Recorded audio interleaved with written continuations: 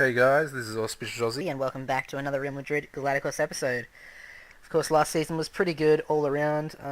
We didn't win the Champions League final, which was probably the most disappointing thing to date on this series. Of course, we hadn't won it a time before, so still haven't won the Champions League, and this is the start of the sixth season of me being in charge of Real Madrid.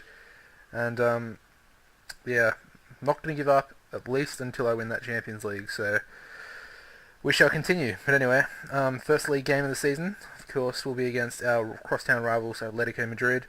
But before we get into that, let's head into the transfers.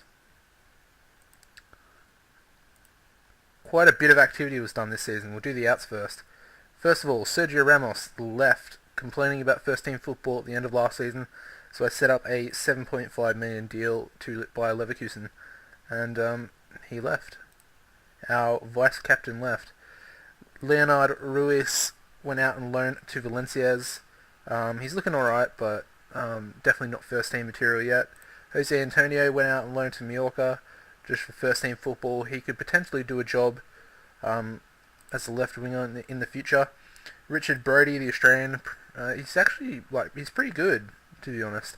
For an Australian regen coming through our academy, I only signed him because he was Australian. He was pretty poor. But yeah, he went on loan to Perth Glory in the A-League, and yeah, good stuff. Next was Jose Rodriguez, who I sold to Benfica for 7.5 million. Of course, Benfica did beat us in the Champions League final last season, so I was pretty reluctant. But they bought him 7.5. I thought that was a good deal, seeing as he's basically never played for me. Next player to leave the club was Sami Khedira. It was hard to let Sami go. He's been quite a good servant over the course of 5 seasons, but I sold him on to Bayern Munich for 22.5 mil.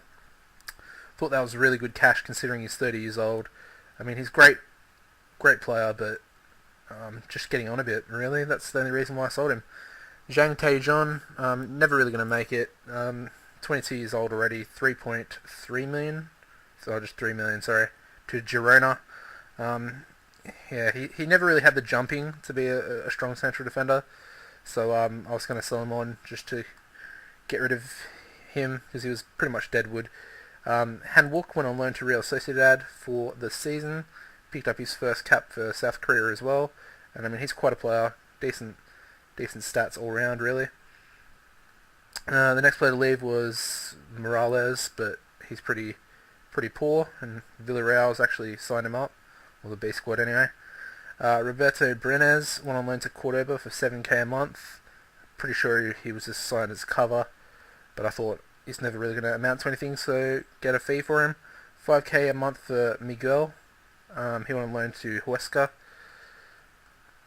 Emmanuel Burbel, I let him out on loan to Hanover for first team football. I mean, he's an absolute beast. He's definitely going to be first team striker in the next couple of seasons. Hopefully after this season, actually. I then let Ben Sider go on loan to Getafe for the season, first team football again. Hopefully he keeps improving. Lucio Fabiano went on loan to Angie, the Russian team, and hopefully the season there will be good for his development. Pascal Thomas went on loan to AS Saint Etienne for the season again. They're all season-long loan deals. Eduardo Roberto, the Brazilian midfielder, went on loan to Stuttgart, and I think that'll be absolutely crucial for his development. And I mean, he could be fighting Ozil next season for a starting role, really. I think he's got that good potential that he could be doing that. Great attacking stats on him.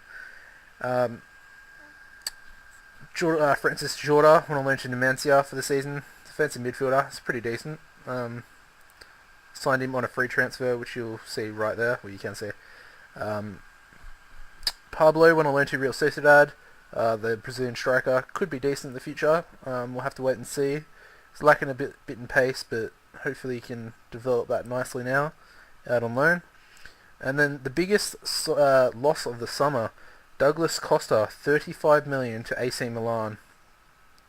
I mean his stats have dropped a little bit since he's been there, but yeah, I don't really know what I was thinking. I saw the $35 million offer come in, and I just thought, well, he's not actually in the it's not actually a starting 11 player at the moment, so make a good profit on him. I think I made about 8 million off him.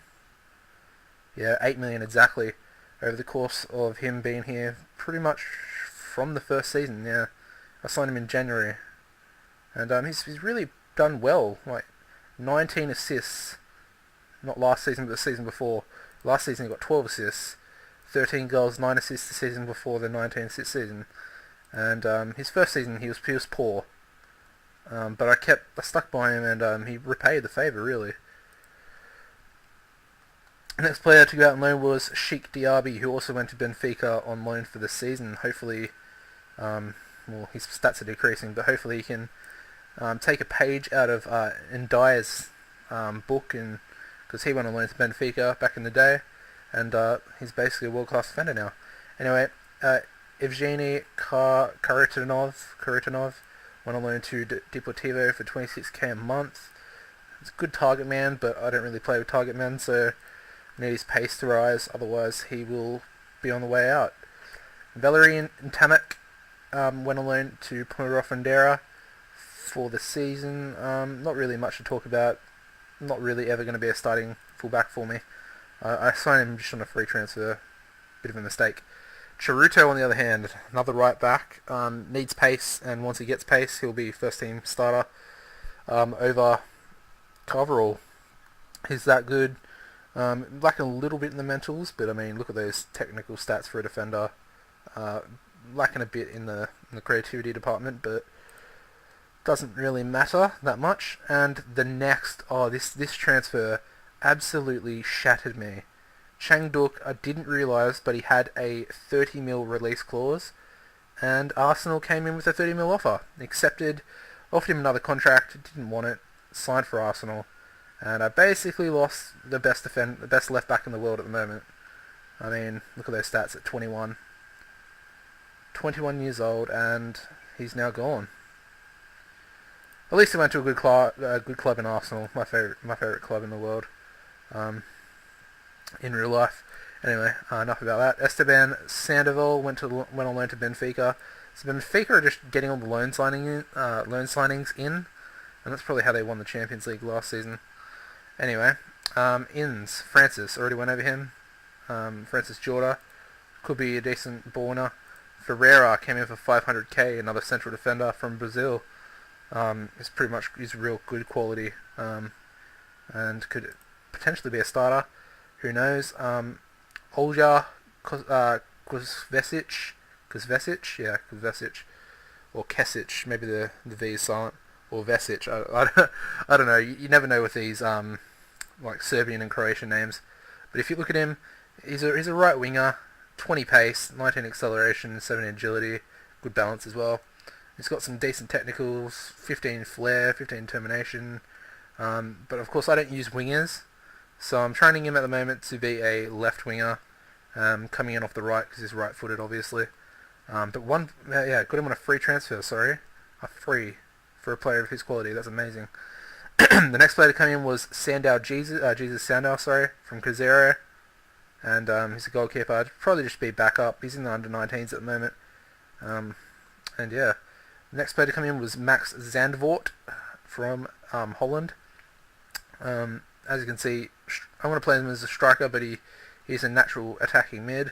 But of course I use my attacking mid as a playmaker, so I'm converting him to trying to get him to a natural striker.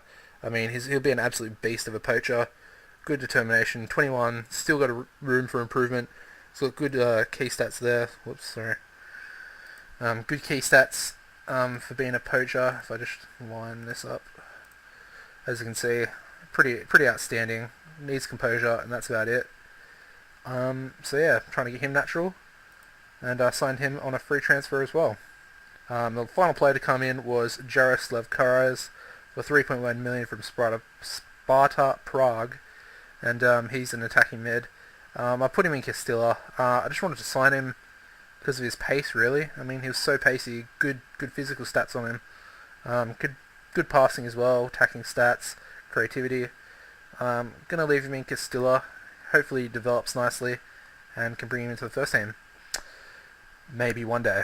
Fixtures, 4 friendly games, nothing much to talk about. Osasuna 2-0. Goals coming from Cheryshev, Karatanov. New York Red Bulls. Goals coming from Teal Bunbury with a brace in New York. Ronaldo with a brace and Cheryshev with a brace for us. Within the Sparta Prague. And we won 3-2. Modric, Coyle and Jesse with a missed penalty from Ozil. Hudek and Zvara for Prague. And the final game was against Anderlecht and we won 6-0. Brace from Ndai, Cheryshev, Ronaldo, Bertho and Carverall with Ndai man of the match. And of course we do have Barcelona once again. Of course last season was the first season we didn't have them in the Super Cup, but they are back now and they are ready to beat us. Of course we lost the Spanish Cup last season to them, so that is why they are here. They won the Spanish Cup and we won La Liga, so yep, not much else to talk about apart from that, guys. Hopefully you join me in the mid-season review, which will be the next episode. If you could, guys, please drop this video a like rating. Maybe share it with your friends to try and get some new viewers in, and hopefully there'll be a new series coming out in the future. If not, it might already be out by now. I'm looking into doing a new save, but I'm not sure who with yet. Maybe you'll know by now, who knows. But yeah, head over to my channel and subscribe if you are a new viewer.